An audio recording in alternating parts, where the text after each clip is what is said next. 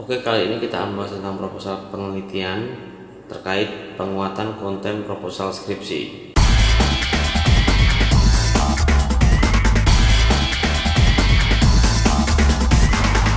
Jadi apa maksudnya penguatan konten proposal skripsi? Itu adalah komponen-komponen yang terdapat dalam proposal penelitian.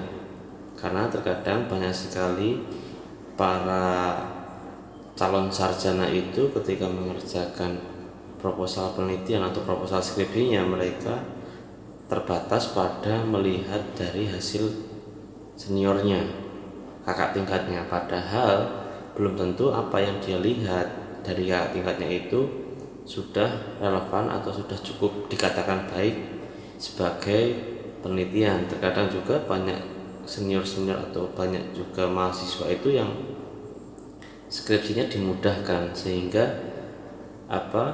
apapun hasilnya yang penting lulus. Nah, maka dari itu bahasan dari penguatan konten proposal skripsi ini akan membantu kalian untuk melihat atau mencermati bagaimana seharusnya proposal skripsi itu kalian buat supaya tidak banyak revisi dari dosen, sekaligus apa yang kalian lakukan dalam penelitian itu lebih terstruktur, sistematif, dan ya saintifik. Sebelum kita mulai lebih dalam lagi tentang penguatan konten proposal skripsi, lebih baiknya saya kenalkan dulu tentang desain penelitian. Sebenarnya ini juga sudah pernah kita bahas di video sebelumnya tentang desain penelitian. Nah, di sini akan saya singgung sedikit desain penelitian itu karena apa? Karena nanti proposal skripsi kalian itu berkaitan atau punya relevansi dengan jenis penelitian yang kalian lakukan. Nah, di sini ada beberapa desain penelitian yang saya tampilkan. Ada eksperimental, ada survei, ada longitudinal, ada studi kasus, juga ada tentang komparatif. Meskipun masih ada banyak yang lainnya, cuma dari beberapa jenis penelitian ini itu yang sering sekali digunakan oleh para akademisi khususnya di Indonesia dalam membuat penelitian. Dari setiap jenis penelitian ini memiliki karakteristik yang berbeda-beda. Oleh karena itu, kalian harus menentukan dulu penelitian kalian itu arahnya mau seperti apa dan bagaimana. Karena setiap jenis penelitian memiliki karakter. Misalkan eksperimental, berarti jenis penelitian kalian atau objek penelitian kalian itu cuma satu, yaitu dengan jari lah. Sedangkan kalau kalian itu jenis penelitiannya itu survei, otomatis gak mungkin dong cuma 1-2 orang atau 10 orang, pasti akan melibatkan banyak populasi. Nah, dari situ aja sudah terlihat sekali perbedaannya. Belum lagi bagaimana analisisnya, bagaimana menentukan variabelnya, dan banyak hal. Maka dari itu jenis penelitian ini harus kalian pahami benar-benar kalian mau mengambil yang mana. Misalkan studi kasus dan komparatif memang mirip-mirip, cuma kalau studi kasus itu lebih skopnya lebih sempit dan sangat tajam, sedangkan kalau komparatif itu bisa juga dari studi kasus, beberapa studi kasus yang kemudian dikomparasikan. Nah, kriteria seperti ini yang harus kalian cermati untuk menentukan jenis penelitian yang akan kalian lakukan, sehingga proposal penelitian skripsi kalian itu bisa diterima dosen tanpa banyak revisi. Sangat mustahil sekali ketika kalian itu membuat proposal tanpa revisi. Pasti aja ada revisi dari dosen pembimbing atau mungkin dosen penguji seminar proposal kalian. Lalu komponen proposal penelitian di sini saya sudah bagikan menjadi 3 bagian karena dalam aturan Kemendikbud ya. Ini dalam aturan Kemendikbud itu ketika membuat proposal penelitian itu harus terdiri dari 3 bab. Bab pertama itu pendahuluan, bab kedua itu landasan teori, bab ketiga itu metodologi. Cuma ada berbeda lagi, misalkan kayak kasusnya di UGM itu proposal penelitian itu cuma 1 bab, tapi dalam 1 bab itu juga sudah meliputi pendahuluan, metodologi, sekaligus landasan teori. Jadi ini cuma masalah gaya selingkuh aja, stylenya dalam setiap lembaga pendidikan atau lembaga penelitian itu bisa berbeda-beda. Cuma pada dasarnya itu sama saja sih. Yang penting yang ditekankan dalam hal ini adalah logika berpikirnya apakah sistematis, komprehensif, dan saintifik. Nah, itulah yang ditekankan. Lalu dalam komponen proposal penelitian ini saya bagi 3, dari pendahuluan, landasan teori, dan metode penelitian. Itu memiliki item-item spesifik atau item subjudul lah, bisa dikatakan subjudul, yang itu harus kalian pahami secara mendalam supaya apa yang kalian buat dalam proposal skripsi kalian itu tidak asal-asalan atau tidak hanya sekadar copy paste dari senior kalian yang ada di perpustakaan, tapi bisa kalian buat berdasarkan apa yang kalian ingin buat.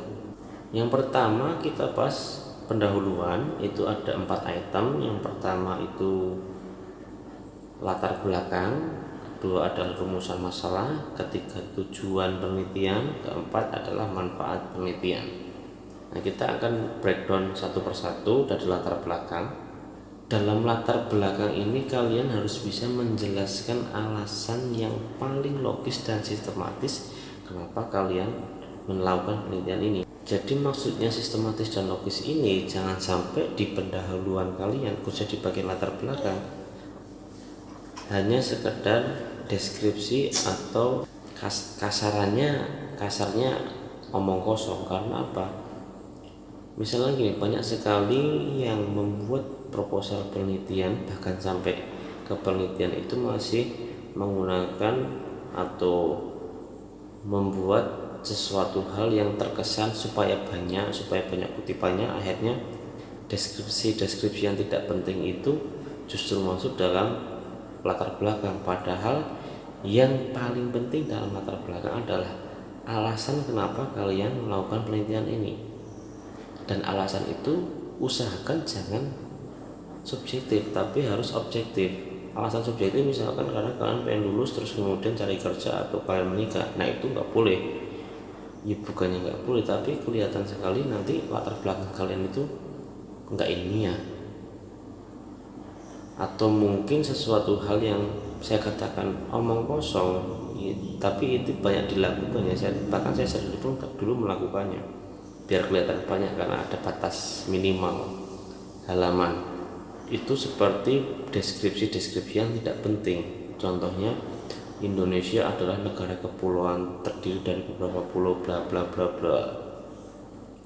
Terus Jawa adalah salah satu pulau yang memiliki banyak populasi bla bla bla, dan seterusnya. Padahal apa? Padahal yang diteliti adalah tentang candi misalkan. Saya harus menjelaskan tentang Indonesia, Jawa, baru ngomongin candi. Nah itu nggak make sense. Maksudnya itu terlalu bertele-tele dan tidak penting sebenarnya membahas itu. Karena apa? Yang paling penting dalam latar belakang adalah permasalahan. Andai kata saya pengen meneliti tentang candi, yang harus saya tekankan adalah apa sih masalah dalam candi itu, apa yang saya ingin tekankan. Misalkan saya pengen meneliti tentang candi-candi Hindu, kenapa arsitekturnya seperti itu. Nah berarti yang saya jelaskan atau yang mungkin saya paparkan dalam latar belakang adalah berbagai macam karakteristik desain candi Hindu, karena ada banyak sekali tipenya. Nah itu membuat dasar penelitian saya kenapa candi itu perlu diteliti. Itu alasan yang saintifik dan logis. Atau misalkan kalian tentang penelitian tentang kenakalan remaja, nah dalam latar belakang kalian bisa menjelaskan terlebih dahulu kasus-kasus kenakalan remaja di Indonesia itu ada berapa. Kalian tunjukkan datanya, mungkin kalian bisa cari dari BPS. Tapi jangan sampai di bagian latar belakang kalian hanya menjelaskan pemuda adalah calon penerus bangsa dan sebagainya. Itu cuma omong kosong. Jangan, usahakan itu dihindari. Jangan memfokuskan latar belakang pada jumlah halamannya, tapi fokuskan pada problematik yang ingin kalian utarakan atau ingin kalian teliti. Itu penting sekali, meskipun kesannya sedikit nggak masalah, yang penting tajam, mendalam, dan saintifik, logis. Hindari penggunaan deskripsi yang tidak penting seperti Indonesia adalah, Jawa adalah, mungkin pemuda adalah. Nah, yang menggunakan adalah itu biasanya tulisan-tulisan yang butuh jumlah kata panjang atau jumlah halaman yang banyak. Nah, tapi itu kurang efektif dan efisien dalam kajian ilmiah. Maka dari itu mulai sekarang ketika kalian membuat latar belakang, langsung tembak permasalahannya. Ketika membahas tentang kenakalan remaja, tunjukkan data grafik yang menunjukkan bahwa banyak sekali kasus kenakalan remaja ini. Lalu yang kedua adalah rumusan masalah. Nah, rumusan masalah ini adalah mendasari penelitian yang akan kalian lakukan. Dan di setiap jenis kata tanya yang kalian gunakan untuk rumusan masalah itu memiliki ciri jawaban yang berbeda-beda. Jadi gini, misalkan kalian bertanya tentang apa saja kenakalan remaja yang muncul, atau bukan gini, misalnya gini, apa saja faktor kenakalan remaja. Terus kemudian pertanyaan kedua, bagaimana proses remaja bisa dianggap nakal, atau bagaimana karakteristik remaja itu nakal. Nah, di sini ketika pertanyaannya apa, otomatis di pembahasan itu adalah listing atau kalian membuat daftar.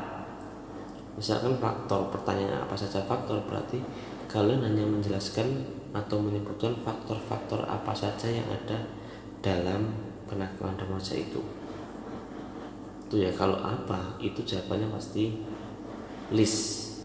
Tapi kalau bagaimana, pertanyaannya menggunakan bagaimana, berarti kalian menjelaskan proses terjadinya. Terus kalau pertanyaannya menggunakan mengapa, itu berarti kalian mencari alasan dibalik semua fenomena itu. Kalian harus menemukan alasannya. Nah, jadi pertanyaan yang menggunakan apa, bagaimana, mengapa, kapan, di mana. Cuma kalau kapan dan di mana itu kurang dipakai untuk, bukan kurang dipakai, tapi tidak pernah dipakai dalam membuat rumusan masalah dalam penelitian. Biasanya yang digunakan adalah apa, bagaimana, dan mengapa. Nah, dari situ jelas ya, misalkan apa itu adalah daftar, di pembahasan kalian hanya mendaftar daftar aja. Kalau bagaimana pertanyaannya, pertanyaan menggunakan kata bagaimana, berarti di pembahasan nanti kalian menjelaskan proses. Terus kalau dalam rumusan masalah kalian menggunakan kata tanya mengapa, berarti dalam pembahasan kalian menjelaskan berbagai alasan yang terjadi terhadap fenomena itu. Oke.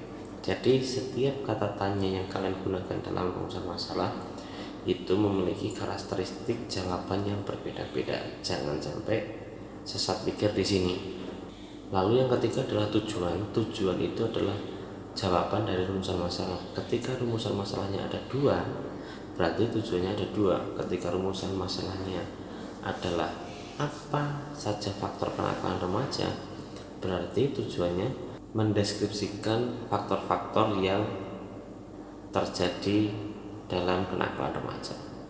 Kalau pertanyaannya bagaimana, berarti tujuannya adalah menjelaskan proses kenakalan remaja itu. Jadi intinya gini, rumusan masalah dengan tujuan itu harus relate, harus berkesinambungan.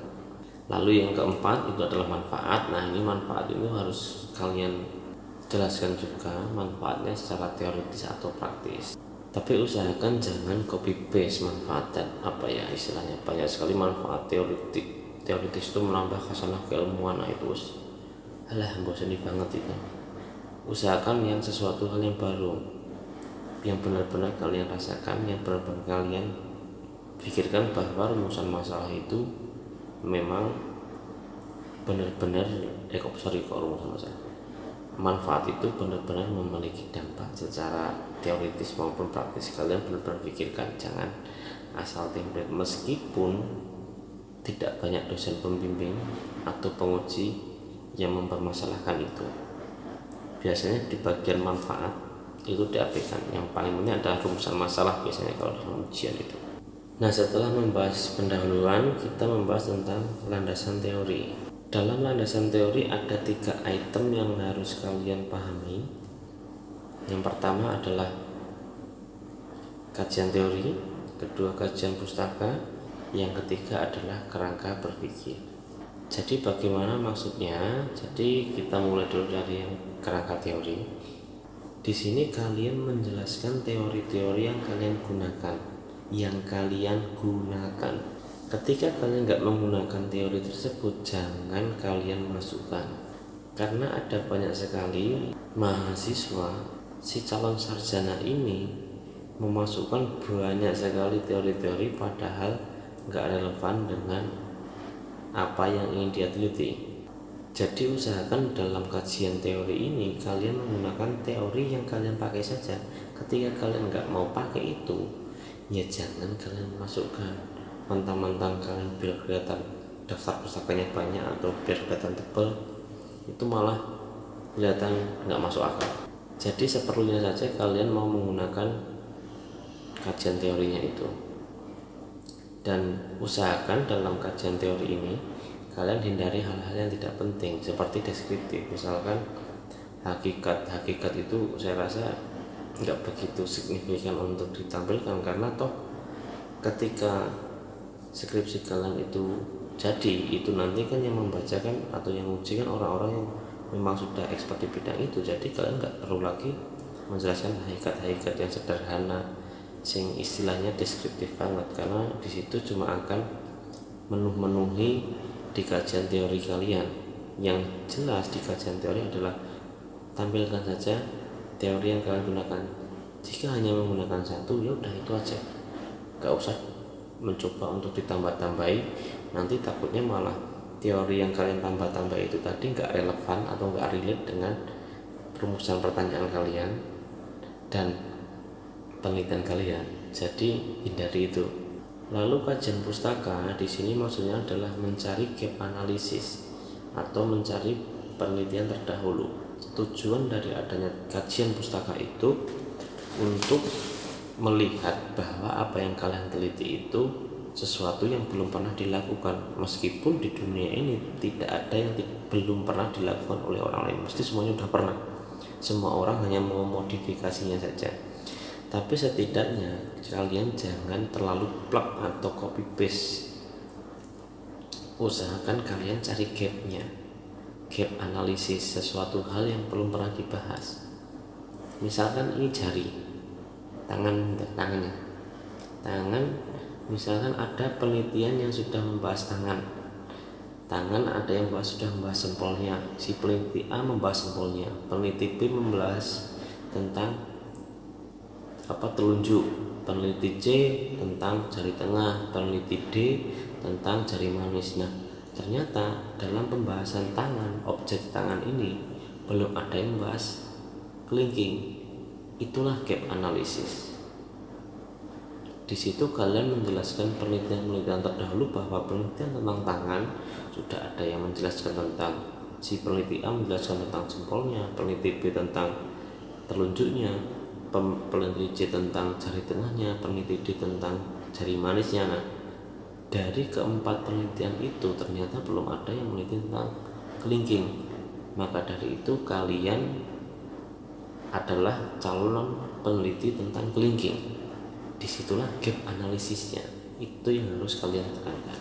Lalu yang ketiga adalah kerangka berpikir. Nah, itu kalian hanya membuat kayak flowchart, alur dalam penelitian kalian dari awal sampai akhir.